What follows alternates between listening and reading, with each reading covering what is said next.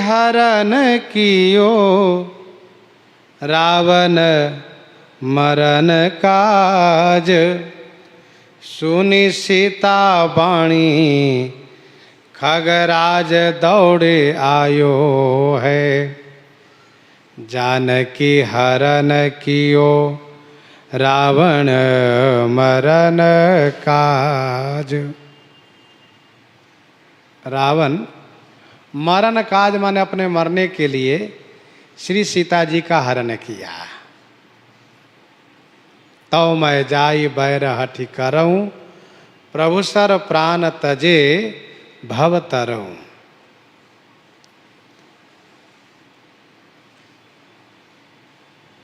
क्योंकि होई है भजन न तामस देहा मन क्रम वचन मंत्र दृढ़ येहा। हरण कर करके जब लेकर चल दिया रावण, तो सुनी सीता वाणी खगराज दौड़े आयो है। श्री सीता जी की करुण वाणी सुन करके, रुदन सुन करके खगराज पक्षीराज जटायु दौड़े हुए आए हैं। श्री जटायु ये गरुड़ जी के भाई अरुण जो सूर्य के सारथी है उनके पुत्र हैं। इनके भाई संपाति भी हैं। इन दोनों भाई की एक वीरता की कथा है। जब ये दोनों युवा अवस्था में थे तो सूर्य के पास जाने के लिए उड़ान भर दिए। दोनों उड़ते हुए गए। जटायु तेज नहीं सके, वापस आ गए। संपाति आगे बढ़े, चल करके नीचे गिरे। चंद्रमा मुनि के उपदेश पाकर के जिंदा रह गए थे, जिन्होंने बंदरों की सहायता की है, जो श्री सीता जी की खोज में दक्षिण दिशा को गए थे। सुनी सीता वाणी क्योंकि बन देवनी सिय कहन कहतियो छल करी नीच हरि हैं। हरि हो गोमर कर सुर धेनु नाथ ज्यों त्यों पर हाथ परी हो। तुलसीदास रघुनाथ नाम धुनि अकनि गिद्ध धुकि धायो। पुत्र पुत्र जन डरहि न जइहे नीच मीच हों आयो। नीच मीच हों आयो। गिद्धराज सुनि आरत बानी रघुकुल तिलक नारी पहचानी। पहचान लिए कि ये तो श्री किशोरी जो हैं। और गिद्धराज ने श्री राम जी को यह कहा था कि मैं रक्षा करूंगा। इसीलिए गिद्धराज तुरंत हमला कर दिए। अदम निशाचर लेने से जाए जिम मलेक शबस कपिला गाए।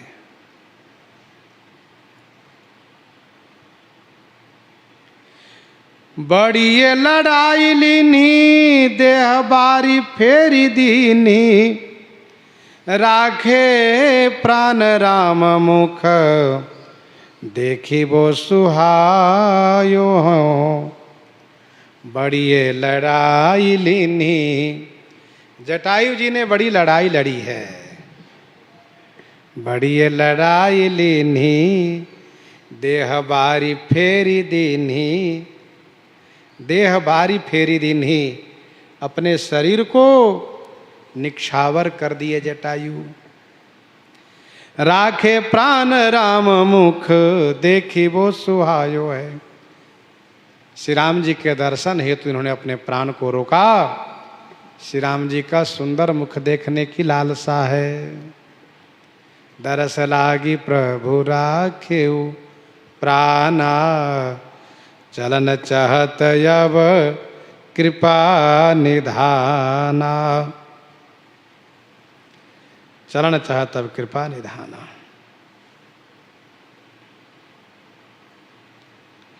आए आप गोद शीस धारी दृगधार सींचो, दई सुधि लई गति तनहु जरायो है। आए आप गोद शीस धारी दृगधार सींचो। आप श्री राम जी आ गए और जटायु के सिर को अपनी गोद में रख लिए। गोद शीस धारी, शीश को गोद में रख लिए और दृगधार सींचो। श्री राम जी अपने नेत्र की अश्रुधारा से अभिसिंचित किए। दई सुधि, श्री जटायु जी ने श्री सीता जी की सुधि दी है। नाथ दशानन यही गति की नहीं, तही खल जनक सुताहरि लीनी, लय दक्षिण दिशि गयो गोसाई, बिलपत अति क्रूरी की नाई। तो इस प्रकार से श्री सीता जी की सुधि बताई इन्होंने और गति पाई। श्री राम जी ने उनको गति दिए और शरीर छूटने के बाद तनहु जरायो है। श्री राम जी जटायु जी का अग्नि संस्कार किए और पिंडदान किए। श्री राम जी इनको गोद में ले लिए। राघो गिध गोद करी लीनो, नयन सरोज स्नेह सलिल सुचि, मनहु अरग जल दीनो,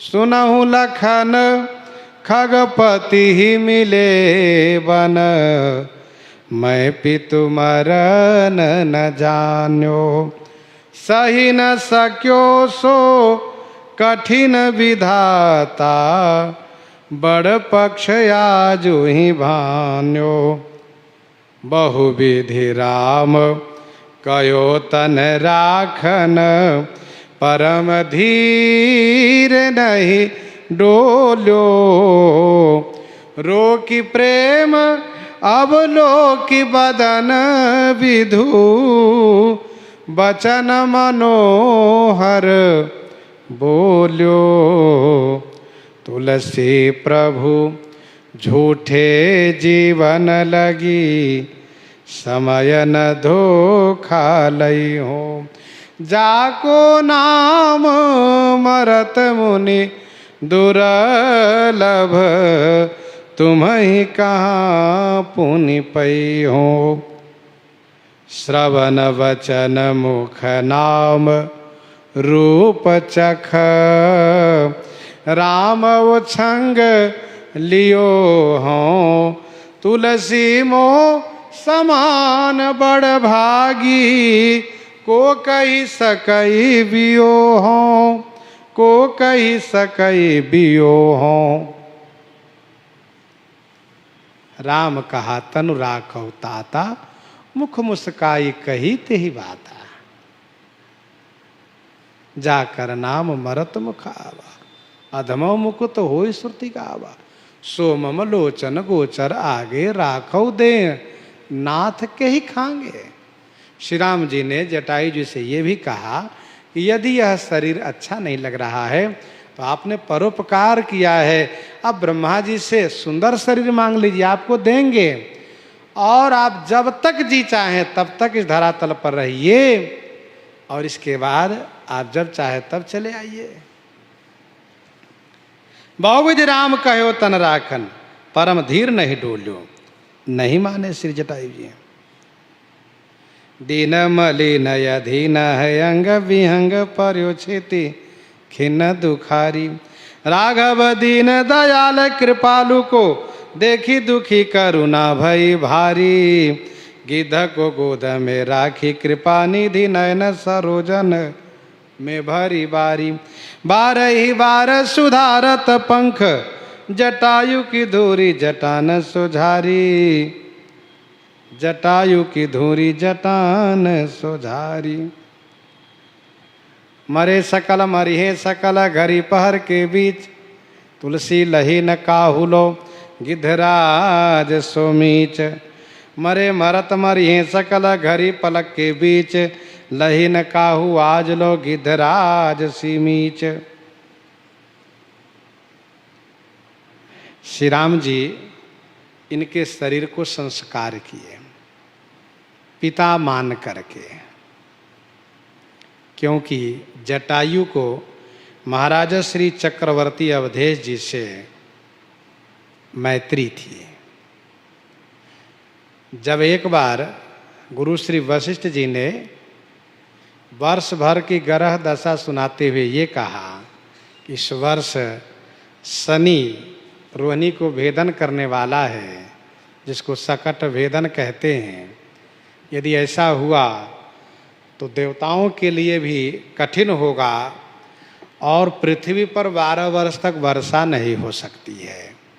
सुनकर के महाराजा श्री चक्रवर्ती अवधेश जी दशरथ जी बड़े व्यथित हुए। मन ही मन सोच विचार करके रथारूढ़ होकर के आकाश की ओर प्रस्थान कर गए। ये है दशरथ। इनके रथ 10 दिशा में जा सकते हैं, पूरा पश्चिम उत्तर दक्षिण अग्नि नैऋत्य वायु ईशान में जाए तो कोई बड़ी बात नहीं है। ऊर्ध्व दिशा को रथ उड़ा सकते हैं, नीचे रथ उतार सकते हैं। तो श्री दशरथ जी महाराज रथ को लेकर के ऊपर चल दिए। पहुँचे शनि के पास। जैसे इन्होंने धनुष पर बाण का संधान किया, वैसे ही शनि ने जैसे देखा वैसे इनके रथ जल करके भस्म हो गए। रथ जल गए, घोड़े जल गए, सारथी जल गए। श्री दशरथ जी महाराज ऊपर से गिरे तो जटायु ऊपर आकाश में उड़ रहे थे। उन्होंने श्री दशरथ जी को ऊपर रोक लिया, पीठ पर रोक लिया। रोकने के बाद पूछा क्या बात है, कहाँ से आए, कहाँ जा रहे हैं। इन्होंने अपनी सारी बातें कही। जटायु ने कहा तब अब आप क्या चाहते हैं। कहा यदि मेरे पास रथ होता मैं फिर जाता शनि के पास, मारूंगा जरूर, छोड़ूंगा नहीं। जटायु ने कहा तो रथ की क्या बात है, चलिए मैं लिए चलता हूँ। जटायु रथ बन करके अर्थात अपने पीठ पर बैठा लेकर पहुँचे। वहाँ देखा शनि ने तो उनका आश्चर्य का ठिकाना ही नहीं रहा। मैं जिसको एक बार देखता हूँ वह जल करके भस्म हो जाता, दोबारा कैसे आ गई है।